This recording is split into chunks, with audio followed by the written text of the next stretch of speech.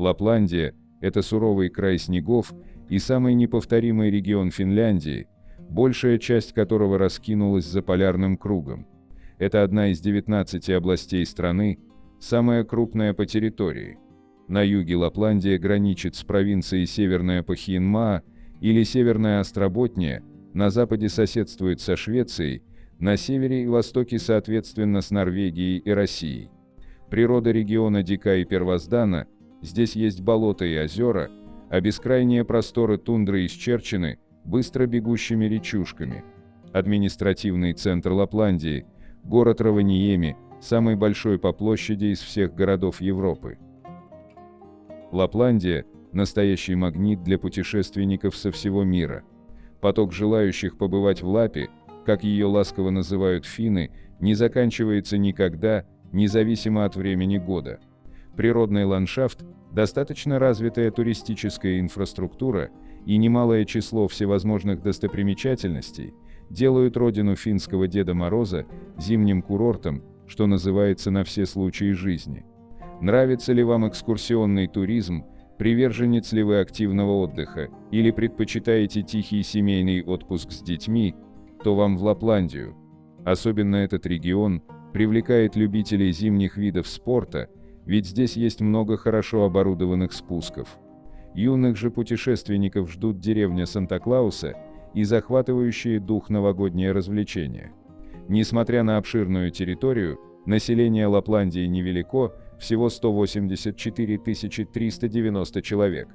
Коренные жители Саамы наделены культурной и языковой автономией.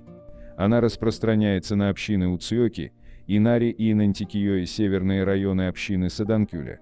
Современные саамы уже не те, что раньше, они ведут оседлую жизнь и живут в современных домах. Настоящий саамский чум можно увидеть только в курортных зонах, где туристов угощают традиционными лепешками и приглашают прокатиться в оленьей упряжке, которой управляет кучер в национальной одежде. Зимний сбор оленьих стад и сегодня остается одним из самых ярких зрелищ в Лапландии, организуемый не только для того, чтобы сверить количество животных и сделать прививки. Во время этого красочного действа проводятся гонки на оленьих упряжках и соревнования в бросании лассо. По накалу страстей это очень похоже на сцены из американских вестернов, прижившиеся на арктической почве. Уникальный шанс увидеть северных оленей собственными глазами есть у каждого. Если, конечно, соберетесь и поедете в отпуск в этот белоснежный, на первый взгляд не очень гостеприимный, но очень интересный и чарующий край. Особенности лапландского климата в том, что различия между временами года резко очерчены, и этим он отличается от других регионов Финляндии. Зима здесь настолько северная, что может показаться бесконечной. Столбик термометра опускается до самых суровых отметок – 40–50 градусов ниже нуля.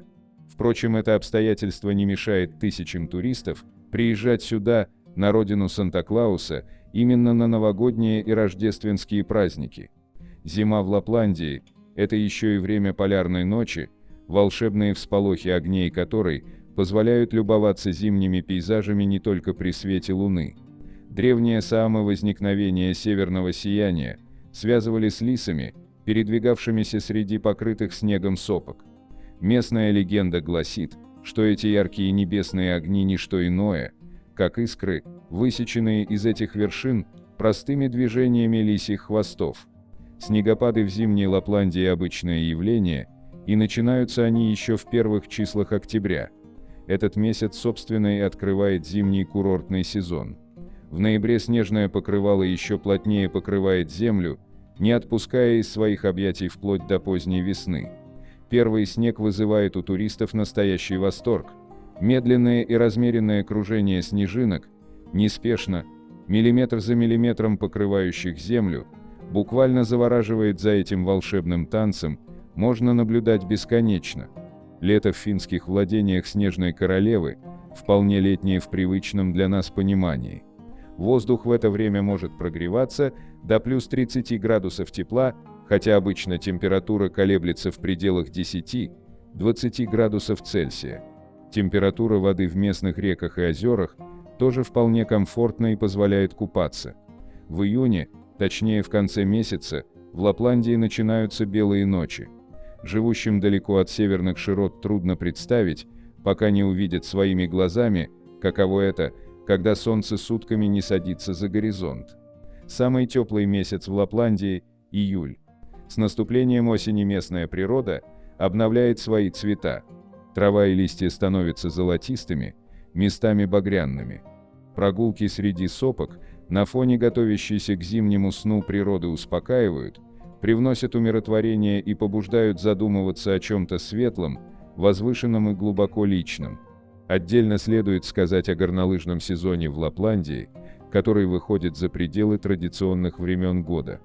Он стартует в конце октября, а его пик приходится на февраль. Кататься можно вплоть до мая, пока не начнут таять снега. Опытные горнолыжники отмечают, что самый подходящий месяц для катания – это апрель, который отличается ясной солнечной погодой. Несмотря на суровый климат, этот уникальный край в северных широтах Суоми на протяжении многих лет так и манит к себе туристов, причем вне зависимости от возраста. Это может трудно себе представить, но сюда приезжает немало путешественников от 60 и старше, которых не пугают перепады температур. Согласно местному поверью, земля Лапландии благосклонна ко всем, кто ступает на нее с чистым сердцем. Население провинции, как мы уже отметили выше, небольшое, однако населенных пунктов здесь можно насчитать несколько десятков. Самым крупным и популярным среди них является, конечно же, административный центр Раваньеми. Независимо от того, любите ли вы просто знакомиться с достопримечательностями или являетесь приверженцем активного отдыха, вам обязательно здесь найдется занятие по душе и интересам. Не будут разочарованы и туристы, предпочитающие выезжать в отпуск целыми семьями, с детьми.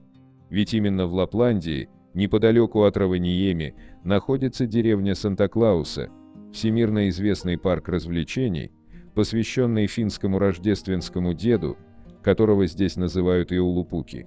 Практически на границе со Швецией находится город Кеми, главной достопримечательностью которого является Снежный замок. Местные жители гордятся тем, что он самый большой в Европе. Для путешественников большим сюрпризом становится то, что в замке можно не просто побывать, тут разрешается даже поселиться на время. Правда, по понятным причинам, только зимой или в крайнем случае, ранней весной. Кеми также известен своим музеем истории и искусств, а также уникальной галереей драгоценных камней. Для самых отчаянных туристов организуются эксклюзивные круизы на ледоколе Сампа. Изюминка путешествия в том, что вам будет предложено погрузиться в ледяную воду. Но не переживайте, без термостойкого костюма за борт никого не отпустят. Еще одним популярным среди гостей городом, который тоже можно было бы назвать пограничным, является Торния. Но если быть совсем точным, он раскинулся на территории сразу двух стран, собственно Финляндии и соседней Швеции. Оказавшимся здесь путешественникам отдыхать просто некогда.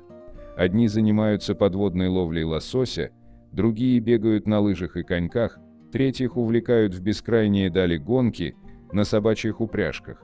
Форелью, окунем, щукой и самой северной в стране популяцией судака кишат реки и озера, окружающие небольшой городок Кемijärvi в Восточной Лапландии.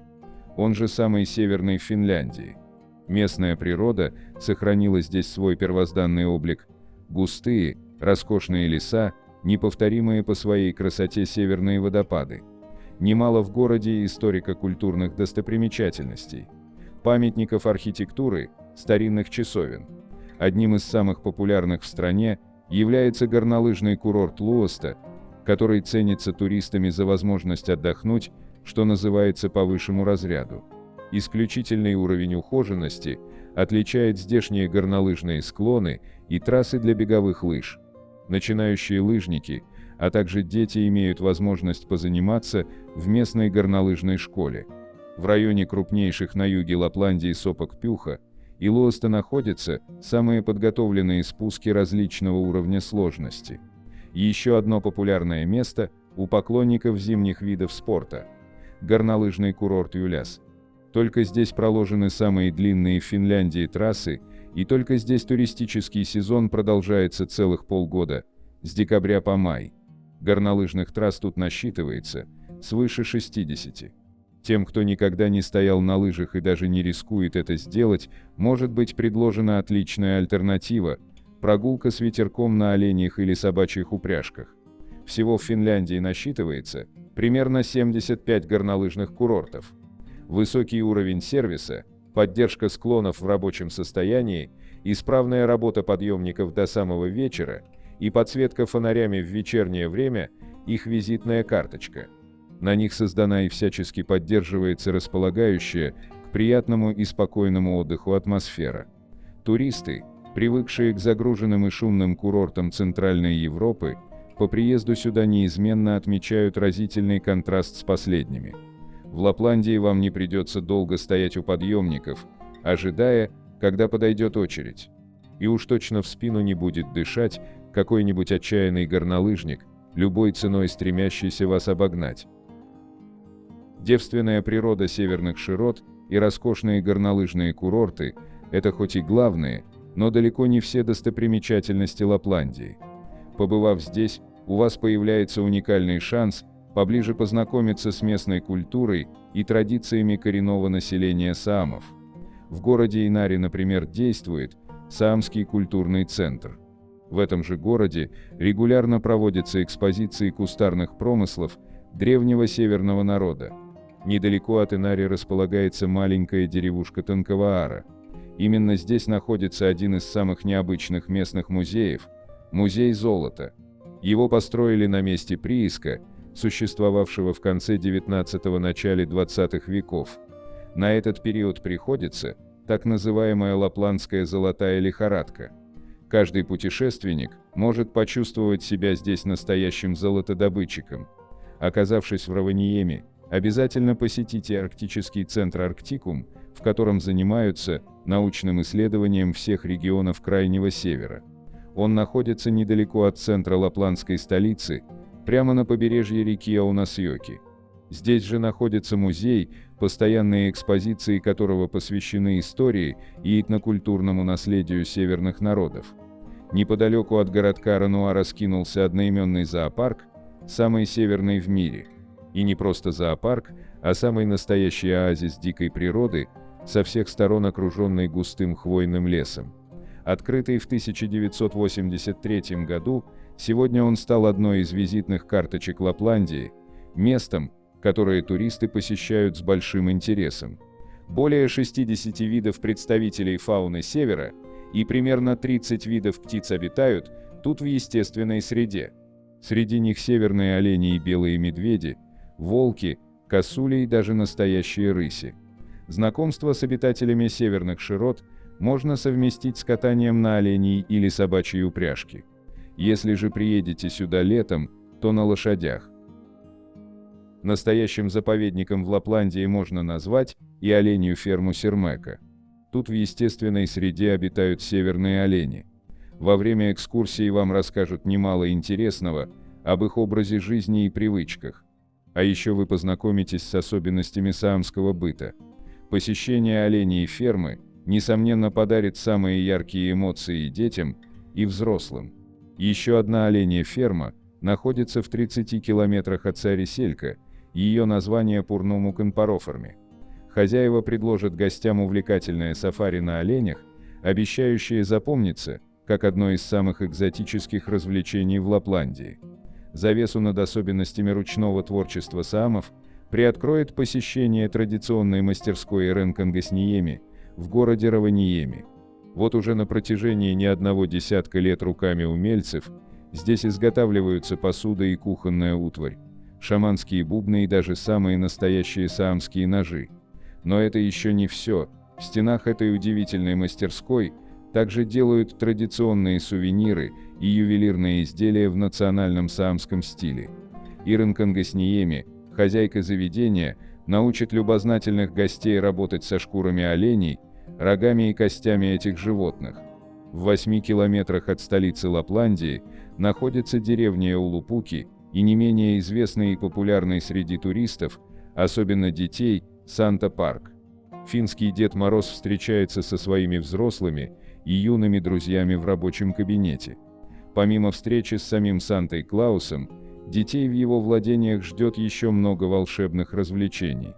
Например, посещение школы эльфов, где находится секретная игрушечная мастерская, в которой эти маленькие сказочные герои научат ваших чад изготовлению елочных игрушек. Не менее захватывающими окажутся поезд «Времена года» и посещение пряничной кухни, где каждому желающему малышу доверят ответственную задачу украсить имбирный пряник.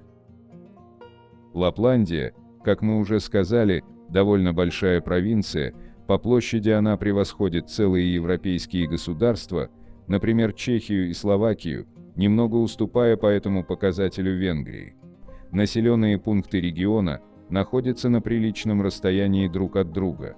Самый распространенный транспорт – автобусы и электрички. Однако железнодорожная магистраль проложена не ко всем городам. Счастливые исключения составляют только Раваньеми, Кемиярви, Калари, Кеми и некоторые другие города. Стоимость проезда на электричке варьируется от 15 до 30 евро. А вот сеть автобусных маршрутов хорошо разветвлена и охватывает даже самые небольшие и отдаленные населенные пункты Лапландии. Впрочем, в свой минус есть и здесь. Автобусы ходят нечасто, бывает даже, что не каждый день. Если вы планируете тур одновременно по нескольким городам, то лучше, сверившись с расписанием, составить свой маршрут заранее, чтобы не застрять где-то на день или два. Сколько придется заплатить за проезд? Все, конечно, зависит от расстояния. Между самыми удаленными друг от друга населенными пунктами, например, расположенным на северо-востоке Уцьёки и юго-западным Сима, цена билета достигает 100 евро в одну сторону. Как видим, транспортные особенности Лапландии таковы, что путешествовать лучше всего на автомобиле. Если нет личного, то его можно арендовать. В качестве альтернативы, правда очень недешевой, туристам предлагают воспользоваться такси. Планируете отпуск в Лапландии в конце июня? Тогда, будучи в Раваньеми, не пропустите фольклорный фестиваль Ютаясит. Традиция его проведения берет свое начало еще с 70-х годов прошлого века. Это праздничное действо несет в себе самый настоящий саамский колорит. В его программе выступления художественных коллективов, в репертуаре которых самобытная национальная музыка и танцы. Самые различные фестивали, если говорить в целом, проводятся в этом регионе довольно часто, и не все они замкнуты на культуре коренного народа. Кого-то это может удивить, но в этих краях немалой популярностью пользуются и такие направления, как джаз и блюз. Хотите убедиться в этом? Тогда приезжайте в июне или июле в город Торня. Услышать эту музыку можно также на фестивалях в Якасломпола, Кемиярви и Танкаваара, проводимых соответственно в феврале, сентябре и ноябре.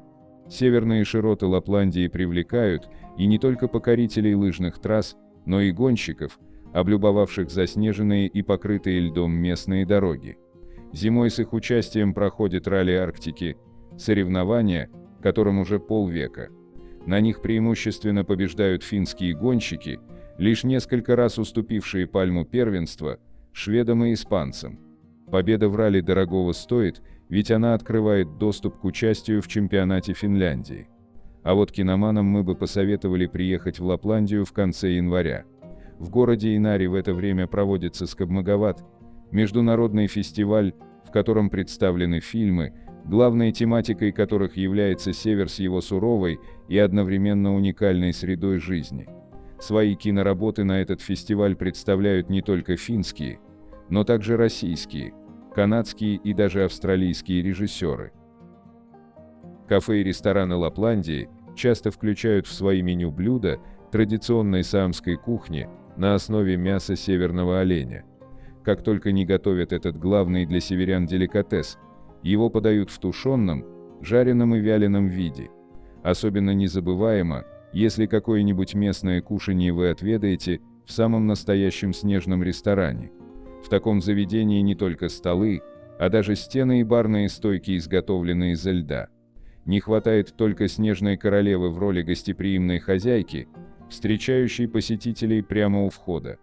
Мы уже говорили о том, что водоемы в этих краях буквально кишат рыбой, поэтому не только в ресторанах, но и в любом кафе вам обязательно предложат на первое замечательную уху, а на второе жареное на открытом огне лососевое филе, что называется с дымком. На десерт невозможно отказаться от вкусного брусничного варенья. Его же используют для заправки другого, очень вкусного и полезного местного десерта, так называемого хлебного сыра. В каждом лапландском городе есть рестораны, в которых подают блюда не только национальной, но и европейской кухни. Цены в заведениях довольно высоки, за завтрак в кафе придется заплатить не меньше 20 евро. Обед на 2 персоны в обычном ресторане стоит от 70 до 90 евро. Решив поужинать в дорогом фешенебельном заведении, где можно заказать к блюдам и отличное вино, будьте готовы к тому, что в принесенном официантом чеке будет проставлена сумма, доходящая до 200 евро. Туристы, которые не могут позволить себе такие расходы или просто привыкшие экономить, голодными, конечно, не останутся. Во многих заведениях можно перекусить фастфудом. В других кафе вам предложат недорогие обеды лаунас стоимостью всего 10-15 евро. Нужно иметь в виду, что их подают только с 11 до 15 часов. Почти в каждом городе Лапландии есть большие торговые центры, где можно приобрести модную одежду, обувь и аксессуары, в том числе и мировых брендов. Цены на товары высокие, и сэкономить получится разве что в сезоны распродаж, проводимые здесь дважды в год. Первая зимой, в течение 2 недель после Рождества, вторая летом, в конце июня. Размеры скидок, несомненно, порадуют всех гостей Северного края, они могут доходить до 70-80%. Совершение покупки на сумму более 40 евро позволит вам воспользоваться системой Tax-Free. Возврат налогов по ней составляет от 5 до 15%. Однако туристы приезжают в Лапландию не для того, чтобы отовариться здесь чем-то обычным, повседневным, что с тем же успехом можно приобрести у себя на родине. Иностранцев, в том числе россиян, здесь интересуют прежде всего саамские сувениры. Особенно охотно путешественники покупают эксклюзивные изделия из арктической березы, из шкуры рогов оленей. Это могут быть обычные бижутерии и игрушки, а также национальные костюмы, теплые шапки, меховые тапочки, разнообразная утварь для кухни. Туристы с удовольствием покупают в местных магазинах серебряные и золотые украшения с нанесенной на них сиамской национальной символикой. Часто из Лапландии привозят домой и местные деликатесы, например, оленье мясо, бруснику и морожку. А для особых случаев и семейных праздников туристы покупают лапландскую водку Каскинкорва или эксклюзивный мятный ликер Минту. Это всегда хороший повод порадовать своих родных и друзей чем-то необычным и вкусным, напоминающим об отпуске в экзотических северных краях. Туристические центры и горнолыжные курорты – это самые посещаемые места Лапландии, поэтому большая часть гостиниц сосредоточена здесь. Выбор для приезжих весьма широк – отели, хостелы, бунгало, кемпинги, апартаменты, шале, лоджи. Стоимость проживания низкой не назовешь, даже самый недорогой номер обойдется туристу в 30 евро. Проживание же в фешенебельных отелях VIP-класса может достигать 650 евро. Через специально оборудованную крышу некоторых из них можно даже любоваться всполохами северного сияния. При выставлении цены здесь учитывают буквально все, начиная от месторасположения гостиницы и уровня ее инфраструктуры и заканчивая возрастом, то есть датой постройки. Наиболее выносливые предпочитают селиться в так называемых снежных отелях, хотя правильнее их было бы назвать ледяными.